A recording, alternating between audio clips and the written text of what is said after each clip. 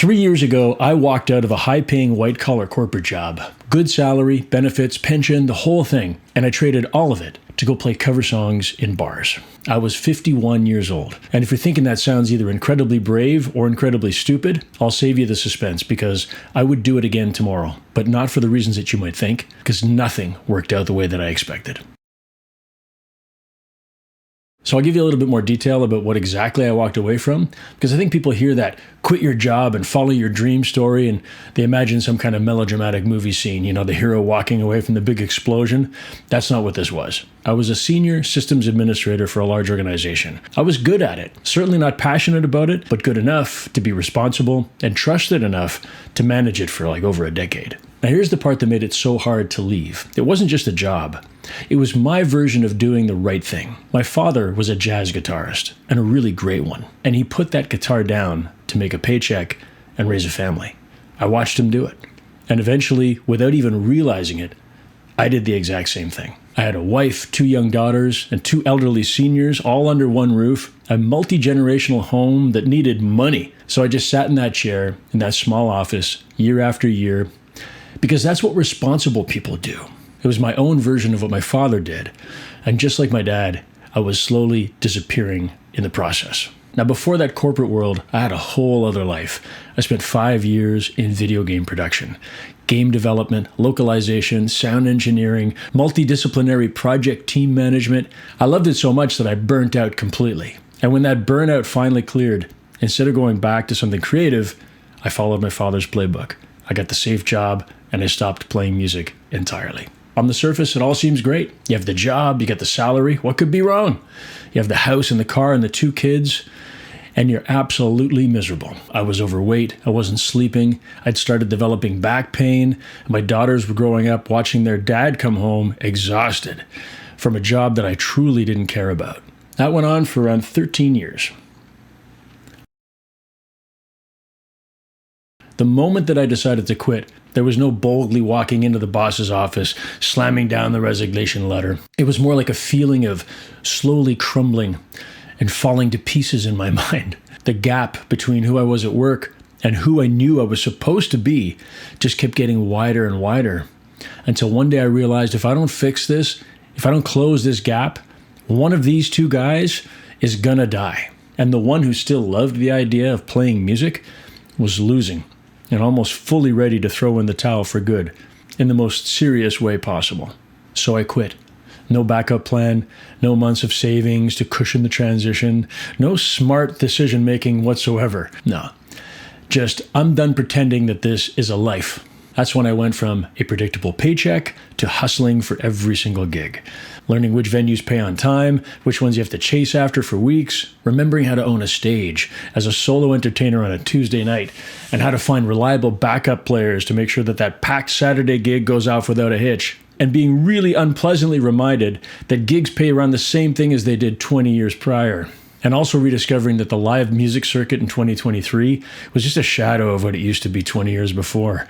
Fewer venues, smaller crowds, and budgets that had barely changed since 2002.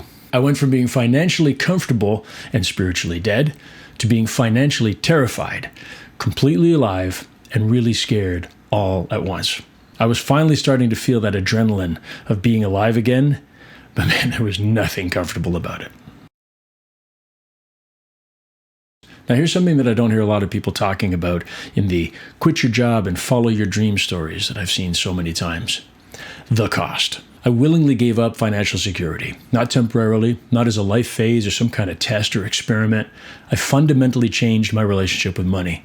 I went from someone who could buy almost anything, within reason, without even checking the price. And for the first time in a long time, I had to get used to being someone who double-checked every single expense. Nothing was taken for granted anymore. Unnecessary subscriptions, gone. Canceling a bunch of stuff that I knew I was really going to miss. Taking inventory of every single thing that I owned, just in case I need to sell that stuff to make the next mortgage payment. Downsized my car to the cheapest one that I could find. No more expensive booze. Drastic changes to the grocery list. Cessation of all social activities. I felt volatile, exposed, vulnerable, more vulnerable than I'd ever been in my entire life. That was my first taste of freedom. I was second guessing everything. I was hardly sleeping, worried, anxious, and genuinely scared. Not that I had made the wrong choice, but how in the hell was I going to survive? My personal relationships, they all suffered instantly. My marriage had long since collapsed. I lost touch with my daughters. I became bitter with what little family that I had left, and I went through a very uncomfortable emotional transformation, one that had me fighting for my own sanity. And that is when clarity finally came to me, right in the heart of all of that crazy, chaotic time, through the voices of those people that would become my new mentors. Voices of tough encouragement right there in my social feeds as I'd be doom scrolling on those late nights of worrying about everything and hoping for some kind of salvation. That's when I was really ready to hear the message that they've been saying all along. Discipline, resilience, responsibility, ownership, and taking control of my own narrative. Leaving all of that victim mentality behind, I started running, because that only cost a good pair of shoes. And not being able to afford a gym membership, I decided that bodyweight workouts would be the right solution to make sure that I had no excuse whatsoever about working out every single day. Now, 3 years later, I run 30 kilometers every single week, in the sun, in the rain, in the snow, no excuses. I went from barely being able to do just a few push-ups to now doing an elaborate, fully fleshed out routine of arm, core, and leg exercises. All of it helps to increase my strength and flexibility, whether I want to or not, especially on the days when I don't feel like it. And every time that I do a run or a workout, it's a daily reminder that I'm the one that chose this life, and my future self is counting on me to never give up. I also found out, fun fact for me, that I'm actually a better musician than I originally thought I was. When you play 3 or 4 gigs a week, year-round, something cool happens. It's not about getting hung up on the details anymore, and it starts to be about owning the room. You stop performing, and you start communicating through music.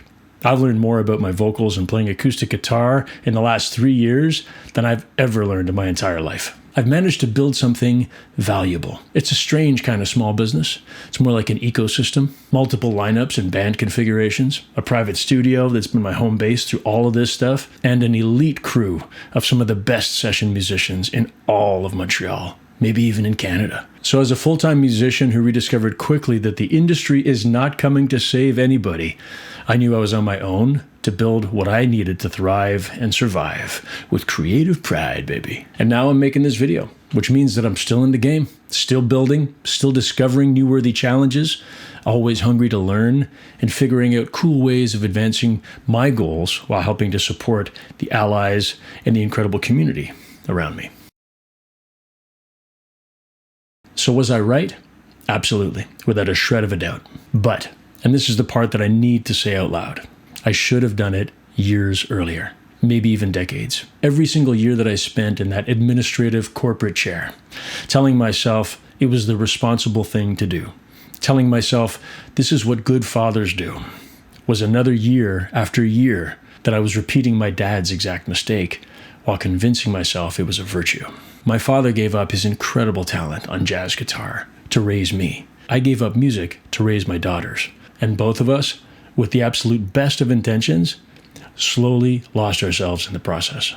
And if you're watching this from your own version of that miserable corporate administrative chair, this is what I need you to hear. It's not about quitting your job, but it is about asking yourself, whose playbook are you following? And is it actually yours? And what kind of example are you setting for those around you? And so that's me. That's where I'm at. Full-time musician, 54, proud Canadian, playing bars and building something that has yet to even come close to achieving my true full potential. So if you're sitting in your own misery or you've left it behind but wondering if you made the right call, tell me about it. Leave a comment. Let me know your version of the story, because there's something valuable in admitting the truth out loud. Catch you in the next one.